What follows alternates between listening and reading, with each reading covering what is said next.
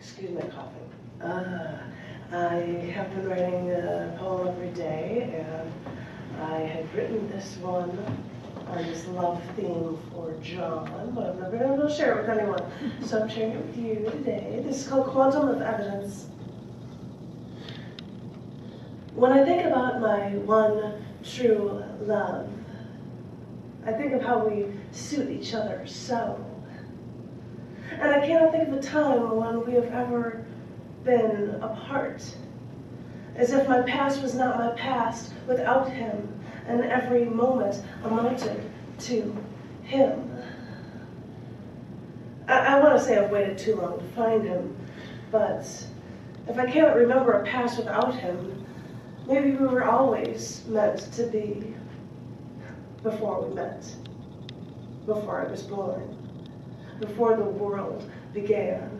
Maybe, just maybe I had to wait until after my life had been turned and been so hectic and after so many years, and maybe I had to wait for my life to be almost taken away. Maybe that journey was finally the quantum of evidence the universe needed to bring him to me. Maybe that's when my one true love was finally ready to stop the waiting and step into my life. Because I love him. I've always loved him. Look at the quantum of evidence and look at all that I've had to go through to lead to this conclusion. Because after all this waiting, this is the only way it was meant to be. Him with me.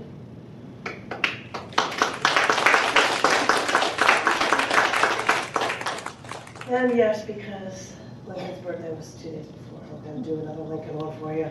You'll have to deal. This one's called Luring Can Lead to the Presidency. Or actually, Luring can lead to leading the country. What the title is. I should actually read what I have. Let's link U.S. agriculture to lawyers, to the U.S. presidency.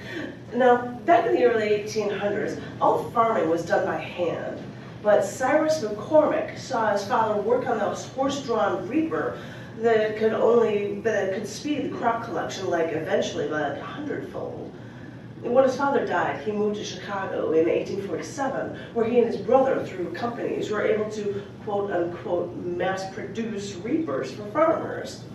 Now, although others claimed patents at the same time, that was when Cyrus McCormick saw John Henry Manny of Rockford, Illinois, was also making a reaper.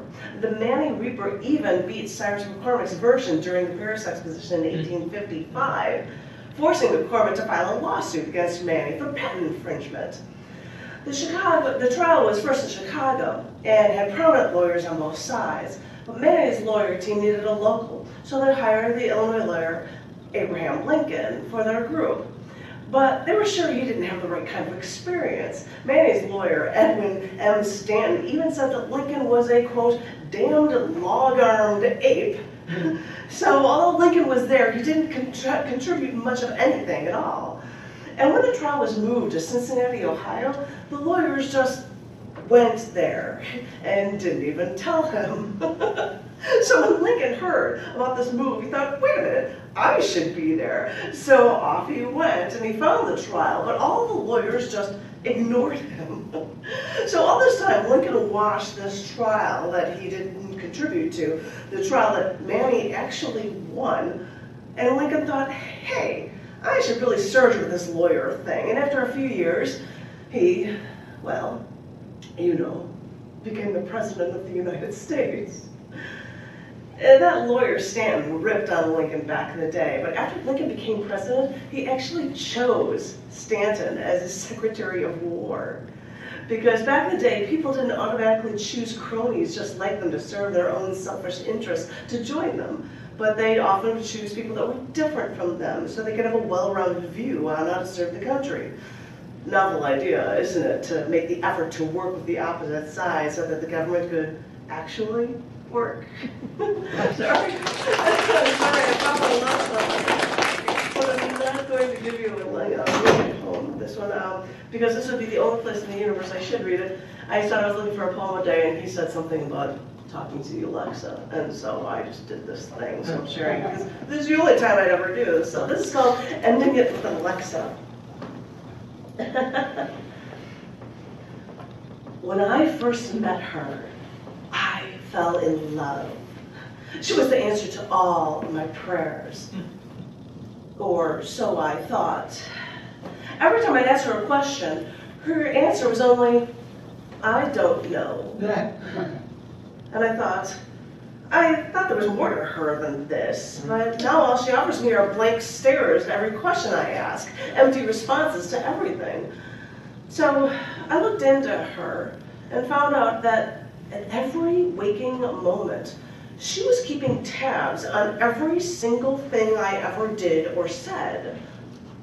And I thought, wait a minute, why on earth is she so monitoring me? I never agreed to this, and I really can't stand this covert spying of hers. So that is when I had to end it. I understand being connected to someone, but this is just too much. I just needed to have my privacy again.